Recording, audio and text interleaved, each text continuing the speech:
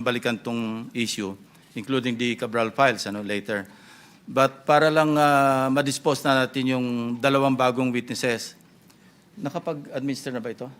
Hindi pa. Kindly administer the oath to Maria and Joy. Hindi ito yung mga real names nila, pero kindly administer the oath to the two new witnesses. Kindly stand up. Kindly raise your right hand. Do you solemnly swear to tell the truth, the whole truth, and nothing but the truth in this proceeding? Thank you. Please sit down. And ipaliwanag nyo lang bakit kayo naanditong dalawa. Kayo na yung magkwento. Sige.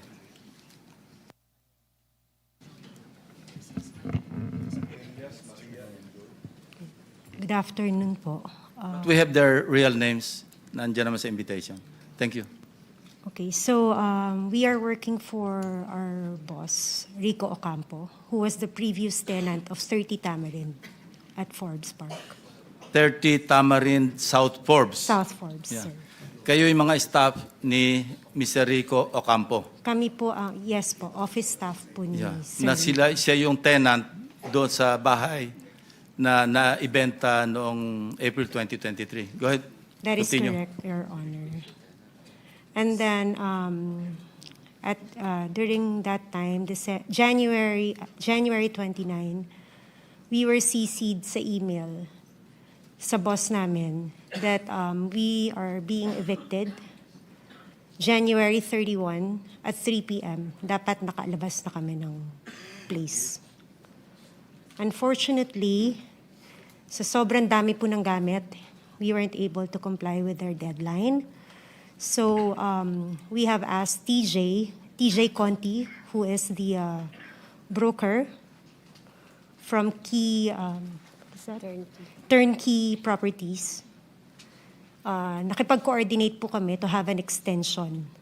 And we were given until February 3, I think, to that was already 2024 po. And eventually you were evicted. And who informed you that you were being evicted? We were informed by our boss po. It was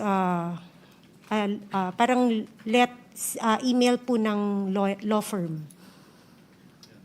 And then sinisi po kami ng boss namin for us to be aware that we have to leave the place by January 31, 2024 at 3 p.m. Yeah, I was able to talk to your boss, si Mr. Rico Ocampo. And he made mention na meron kayong nakaharap nung you were forcibly being pushed out of the residence. Nabanggit niya si Carla Discaya. Would you confirm that? That was February 1 po. Yeah. TJ Conti, he introduced us to the contractor, but he didn't mention the name. Yeah. But how did you know that that contractor being referred to by TJ Conti is actually Mr. Discaya? Well, actually, sir, we already mentioned to our boss nung lumabas yung mukha po ni Mr. Discaya. Nasabi ko, kamukha Saan lumabas ang sa mukha? TV po, when the flood control project is being brought up. Na. During the hearings? Yes, during the hearings. Okay, so sabi ko sa boss ko, sorry Yeah. about that. Sabi ko po sa boss ko, tsaka sa colleague ko, tingnan nyo nga, ma'am, tingnan mo pong maigi itong mukha na to. Hindi ba ito yung contractor na pinakilala sa atin ni TJ Conti? And then we both agreed na siya nga. And he was physically there? He was physically there. How long did you talk to Mr. Discaya? It's less than 5 minutes po, pero kasi natandaan namin siya because he was the one manning the people na sinabihan pa na tulungan kami para mapabilis yung pag-move out namin. Kindly narrate the conversation that took place between you and Mr. Discaya at that point in time. Okay. During February 1 po, it was just a short introduction by TJ Conti.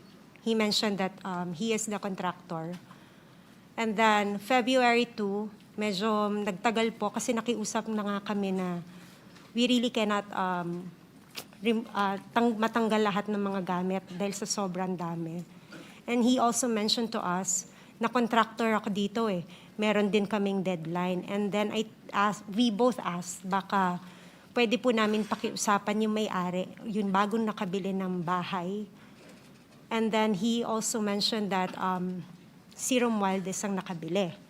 And then after po nun, That's according to Mr. Diskaya. that is according Okay. to the contractors. Now, nandito tayo ngayon sa pagdinig, ano?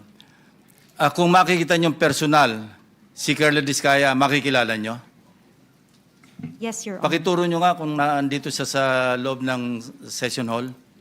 Lapitan niyo na lang kung sino dyan sa among the resource persons.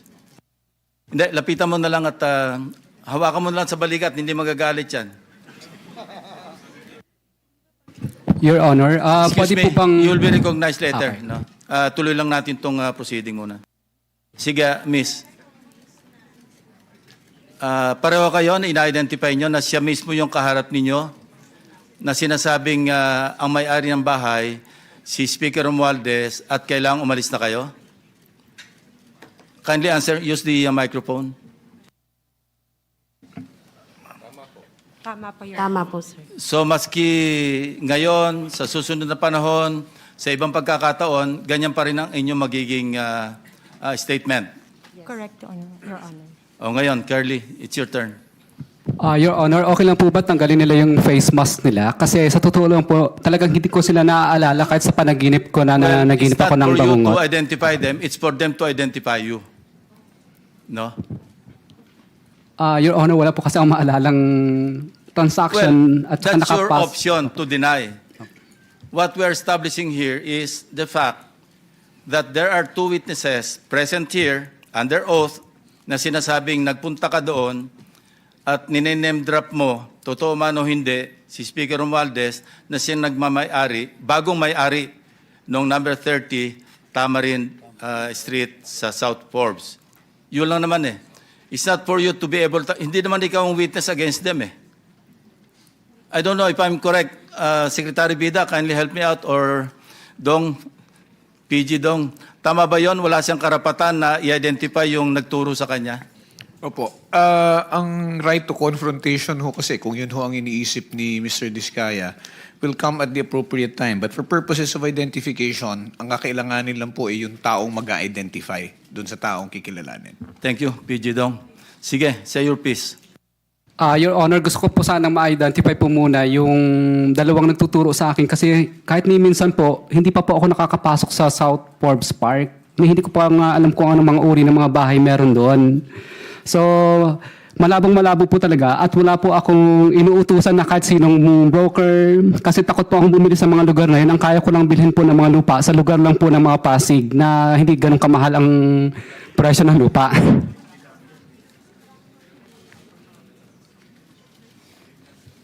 Hindi ko naman sasabing bumili ka eh. Hindi naman yan sinasabi, ikaw ang bumili. Anyway, that's it, ano? Ang sabi, Mr. Chairman, contractor daw. Ikaw daw ang contractor. Yun ang sabi. Hindi sinabing ikaw ang bibili. Your Honor, hindi po talaga, hindi pa po kami nakakapasok sa South Forbes Park. Settled na yan. At isang beses. Opo. They pointed to you, they identified you, and you are denying. Period. Mr. Chair, follow-up question. Yes, Senator Risa. Salamat, Mr. Chair. Miss, yung mas malayo sa akin, may nabanggit kayong law firm na kasama nung pagpapaalis sa inyo at pagpasok ng bagong may-ari. Aling law firm po iyon, for the record? Let me just check po my email, Your Honor. Tapos pakisabi na lang sa aming komite through the chair para lang mabuo namin yung sinasabi For that niyong matter, kwento. kung Thanks, alam Mr. nyo Chair. rin, ang sinasabing si Speaker, pero si Speaker ba ang nasa deed of absolute sale? Kung hindi, sino? Kung alam ninyo. It's Golden Peasant po. Golden Peasant Holding Corporation, di ba? That is. Na ang major stockholder, isa nangangalang Paras. Hindi ko lang po sigurado. Yes. But for the law firm, it's Ocampo Manalo Valdez Lim.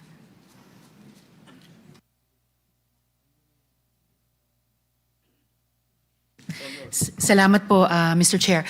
Una, a point of information lang.